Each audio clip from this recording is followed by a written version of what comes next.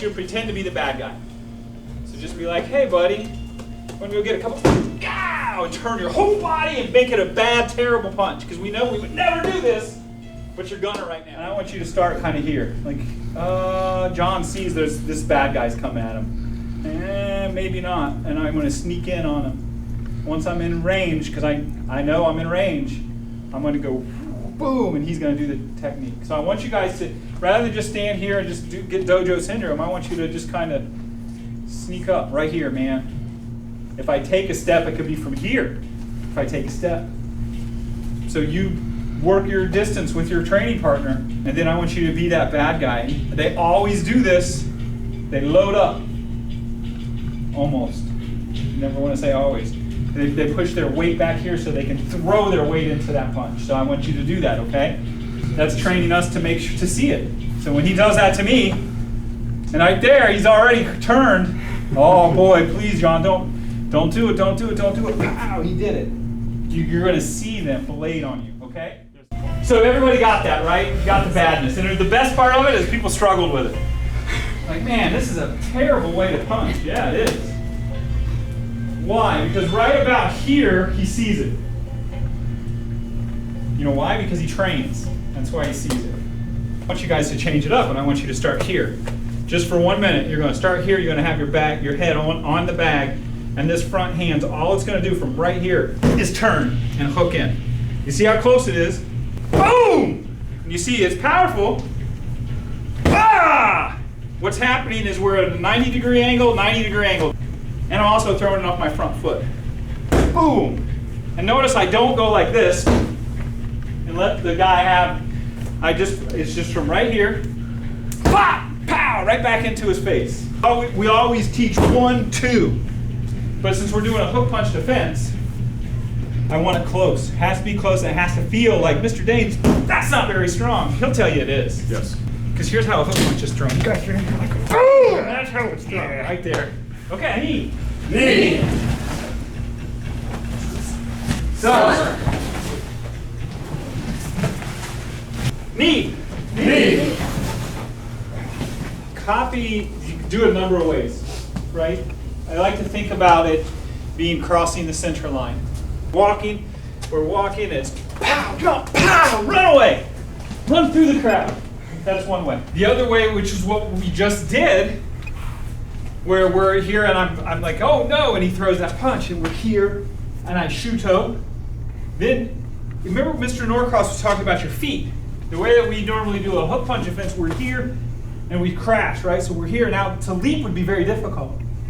I think some of you saw that. So after I do the first shuto, I can leap that way and do the second.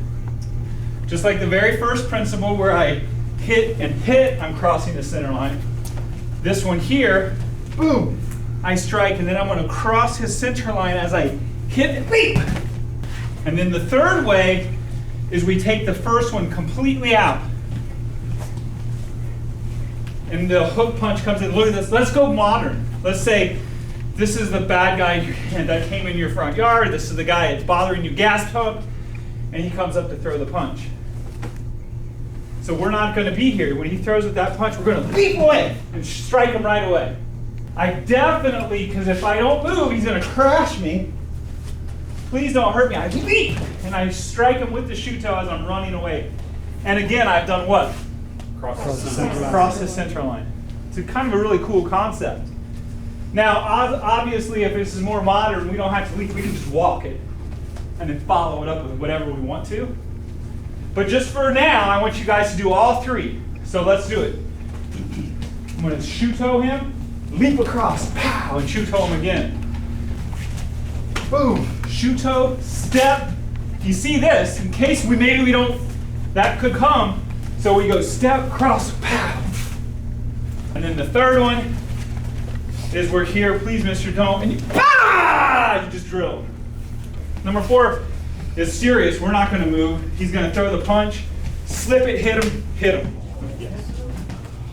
Let's do it. So what I want to do is go back over these, and we're going to talk directly to them. I'm going to read them off, and I'll demonstrate what it is that we're doing, and then you can go back and take it. Take a photo of this or something later. So we strike, pow, without warning. leap across the strike and you're running away. You're way out here to run. The second one is from a hook punch. It's one shuto and we leap away. That was where we started, right? So we're here, we're, please mister, don't harm us. Boom, he throws the punch. We strike and we're out here. The third one, hook punch with two shutos and we're leaping. So remember, now we're going to cross that center line again, just like we did the first time, where we're here. He throws the punch, boom. I'm shutoing here. I slip across his center line, strike him again and leap. We just slip, pow, pow, and we just crush him. He thinks that I'm here. We're close. This is a good punch. It's just so dangerous. But not if I'm gone. He misses. So we're gone and we sha pow. That's actually really scary. It's like I'm an okay fighter. I've been trained. So like even with my hand up, you're like I'm in here and with this hook punch, all I see is him. And so as I throw that hook, he just disappears. I don't even see him. Like he's right. Like my hand's up. And so he's gone. All I see is just a little bit of body here. And I don't see that coming because it comes so fast. So like the first time he did it, like I was stunned. I almost peed my pants because I was just like, it was pow. I was like, oh. So you don't see it at all. And even with my hand up, he still hits me. You're like, so I'm protecting him. I'm turtle. And he still gets me right up here where he's supposed to. It's because your timing has to be right. You have to be confident in your taijutsu, in your body mechanics to move and be right there. And my hands are up just in case. Pow. Okay? Make sure that you finish them off with a couple strikes. This comes from classically. If he had sword on, and I did as well, and he's walking toward me on the street, we pass each other on the left. Why do we do that? So that your swords don't clash. Yeah. If it was like America and we're passing on the right and we bump swords, it could be considered an insult. He might draw his. And I just don't want to be near that. So we want our swords they're on our left hip. So when we cross each other, they're in no danger. They're far away from each other. So the etiquette of Kenjutsu applied to daily life. This Konpi or Koppi here, as I'm moving, if I needed to, he might go to draw his sword if he sees that I'm a ninja or something right there. So I see the threat on the street. We happen to have katana and we're getting too close and I don't want to get killed.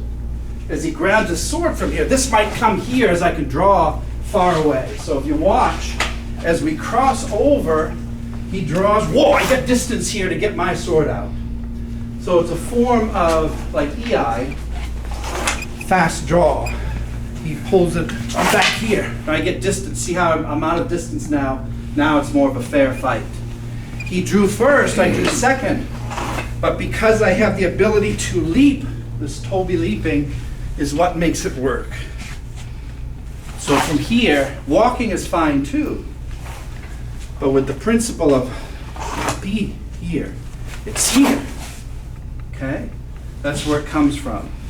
There may be a time where we're walking down the street and he doesn't know I'm a threat. I don't know he's a threat. So he's just walking.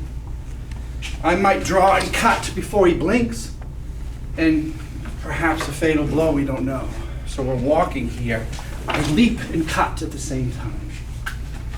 It's really cool. I might be going this way. I might cross over and cut. It's confusing for him if we're walking and I leap this way and cut. See how confusing that is? Yes, sir. Or he's walking, I get back here, maybe behind a tree, take shuriken out. So I just want to make sure you know, we may be in kumiuchi, we're grabbing now, but our swords are busy. So for me to draw it, I have to get distance so that I can draw it out. Kappi. It's a principle, not a kata. We're fighting, I can't move. So I do something, taking him and getting the distance I need to draw my blade.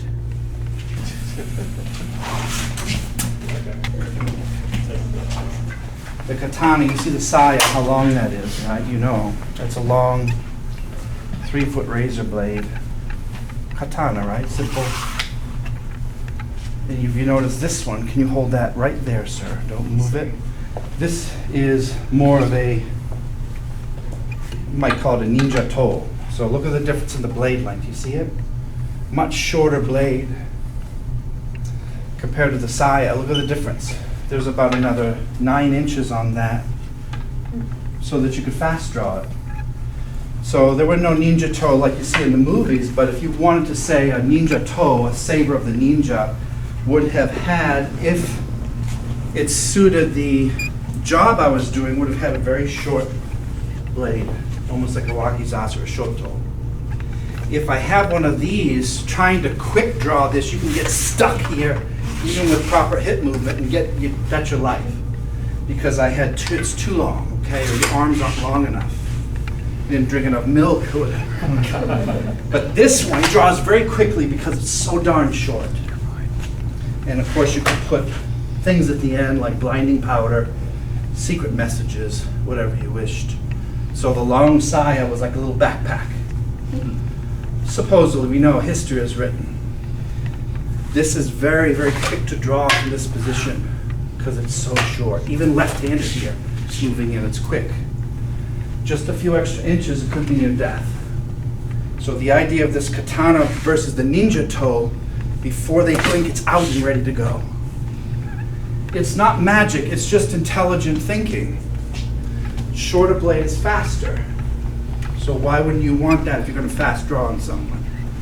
Walking down the street, you don't want a sword that looks like a ninja sword. You're going to get arrested. You want one that looks just like this, except the length is different. No one's going to say, let me see your sword length. But you see, look at the difference now between this and that. It's amazing the little technologies that they had, supposedly, that is what made them survive and overcome the odds. Something as simple as a shorter blade might have saved you.